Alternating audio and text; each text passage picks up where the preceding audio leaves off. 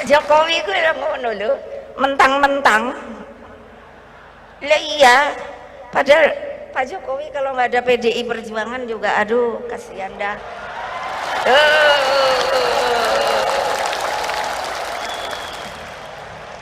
Lo legal formal lo. Beliau jadi presiden tuh nggak ada kan ini. Legal formal diikuti terus kan sama saya. Assalamualaikum warahmatullahi wabarakatuh. Salam jumpa lagi saudara-saudaraku semua di channel Suara Kampung ini ya.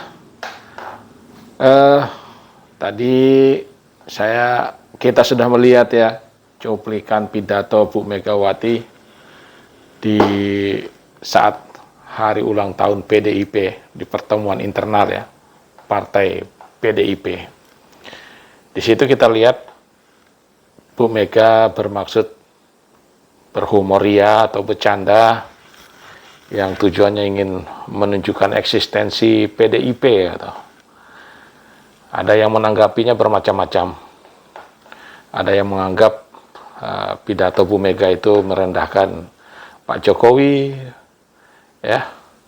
Pak Jokowi itu kalau nggak ada PDIP ya kasihan, gitu. Nggak ada apa-apanya. Ada PDIP lah yang secara legal formal mengantarkan Pak Jokowi ke tampuk kursi Presiden Republik Indonesia. Nah itu benar, nggak usah dibilang juga, semua tahu kalau secara legal formal ya memang seperti itu.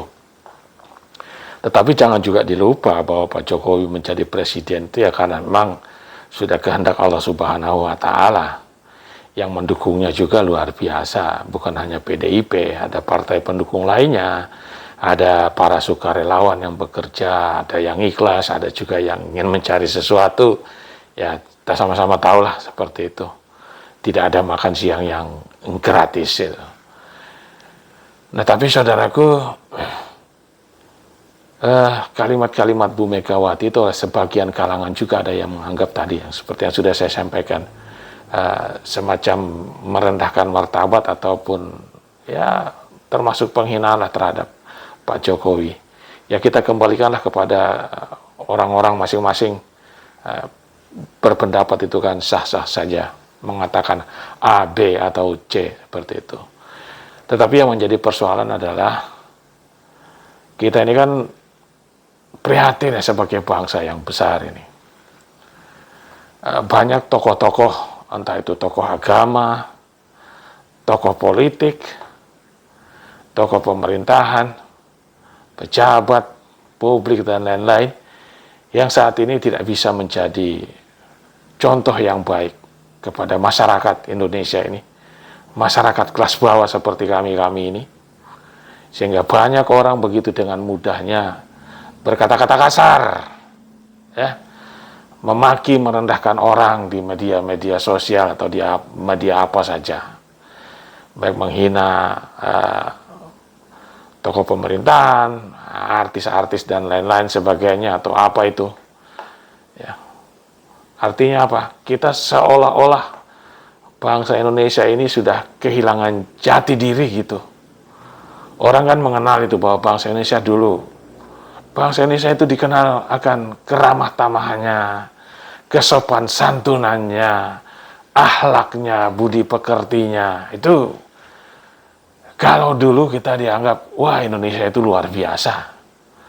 Tapi sekarang kenyataannya berbalik 180 derajat. Kita seakan mudah ngamuk, mudah emosi, dendam yang tidak berkesudahan. Ya, kita lihat saja contoh yang paling nyata. Pak Presiden kita, Pak Jokowi itu di tahun 2024 nanti akan mengakhiri masa jabatannya di periode yang kedua. Sejak tahun 2014, Pilpres, beliau dipilih oleh masyarakat dan dikehendaki oleh Tuhan. Kemudian di tahun 2019, Allah masih menghendaki Pak Jokowi menjadi presiden lewat Pilpres, lewat pemilihan presiden, lewat pilihan masyarakat. Tetapi para pembenci abadi, para penghujat abadi itu nggak hilang-hilang, nggak habis-habis. Susah move on, susah menerima kenyataan. Nah, padahal kita lihat, ya, kandidat Pak Prabowo, kandidat presiden pada tahun 2019 itu, ya, itu sudah move on, bahkan secara rela, ikhlas. Seperti apa yang dikatakan oleh Al-Mukarram, ya, Gus Dur almarhum, yang mengatakan calon presiden yang paling ikhlas itu nantinya Pak Prabowo. Entah itu nanti benar atau tidak, waktulah yang akan menentukan. Tetapi Pak Prabowo sudah menunjukkan jiwa kenegarawanannya, ya, yang semula menjadi kompetitor, ikhlas demi keutuhan bangsa ini, kemajuan bangsa Indonesia tercinta ini. Beliau mau menjadi pembantu Pak Jokowi, pembantu presiden, menjadi menteri pertahanan. Dan beliau menjadi menteri yang bukan menteri kaleng-kaleng, kinerjanya masuk sebagai salah satu menteri yang berkinerja terbaik di pemerintahan saat ini. Itu Pak Prabowo. Ya, tapi pendukungnya itu belum, masih banyak yang lalu-lalu itu yang sampai saat ini malah menjadi pembenci abadi, penghujat abadi dari berbagai macam kalangan. Dan mereka-mereka ini yang dari kalangan-kalangan yang di atas itu, itulah mereka yang tidak bisa menjadi contoh yang baik atau menjadi contoh buruk kepada masyarakat bawah untuk selalu berkata-kata kasar. Ya. Dan terakhir, Bu Mega juga membuat blunder, itu namanya. Beliau saya anggap salah tema, ya, dengan mengatakan kalimat-kalimat seperti itu. Dan itu membuat orang menganggap bahwa ya Pak Presiden, ya memang nggak ada apa-apa Pak Jokowi ini. Nah, kita lihat aja sampai sekarang ini kan, persoalan Pak Jokowi dituduh ijazahnya palsu. Coba bayangkan saudaraku, kalau cuma satu jenjang ijazah yang palsu, mungkin ijazah di UGM-nya, ijazah sarjananya, ya mungkin lah. Tapi kan orang itu sehebat Pak Jokowi itu kan pasti makan bangku sekolahan itu. Masa ijazah SD palsu, SMP palsu, SMA palsu, S1-nya juga palsu. Kan kok kebangetan, ya. Kalau mungkin Pak Jokowi itu lahir di tengah belantara hutan rimba Kalimantan atau di Papua atau di Sumatera sana, yang untuk sekolahnya sulit, ya mungkin. Tapi ini kan tinggal di tengah-tengah Pulau Jawa yang maju itu. Masa ijazahnya palsu dan bisa menjadi wali kota, gubernur, sampai presiden 2 periode. Kalau nggak terlacak itu kan KPU-nya kebangetan itu. Ya, tapi apa mau dikata, ya? Memang nasib Pak Jokowi seperti itu. Sebagai presiden beliau sangat dicintai oleh masyarakat, banyak masyarakat yang mencintai beliau. Pendukung setianya luar biasa, pecinta setianya luar biasa.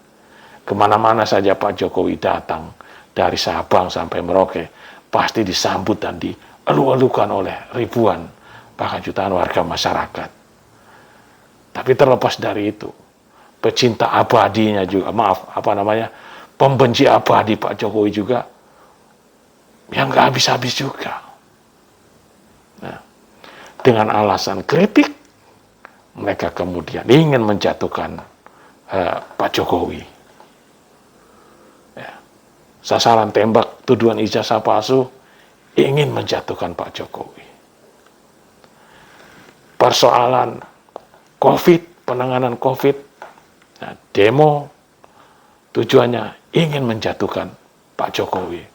Kita dengar aja kalimat-kalimatnya tuh. Orang-orang hebat seperti Rizal Ramli, kemudian siapa lagi, Refli Harun, ya, yang katanya para pemikir hebat-hebat itu, ya kritikannya ya luar biasa.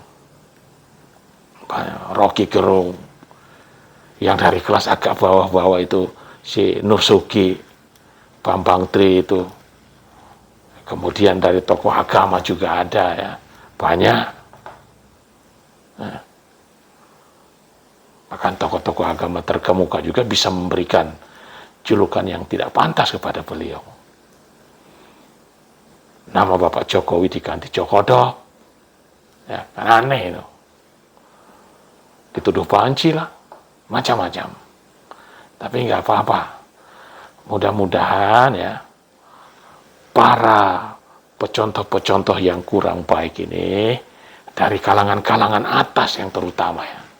Karena orang yang punya potensi untuk diikuti, dikagumi banyak orang, harusnya mereka harus lebih bijaksana di dalam menggunakan kata-kata agar tidak terjebak seperti Cak Nun kemarin yang menyamakan Pak Jokowi sama dengan Firaun.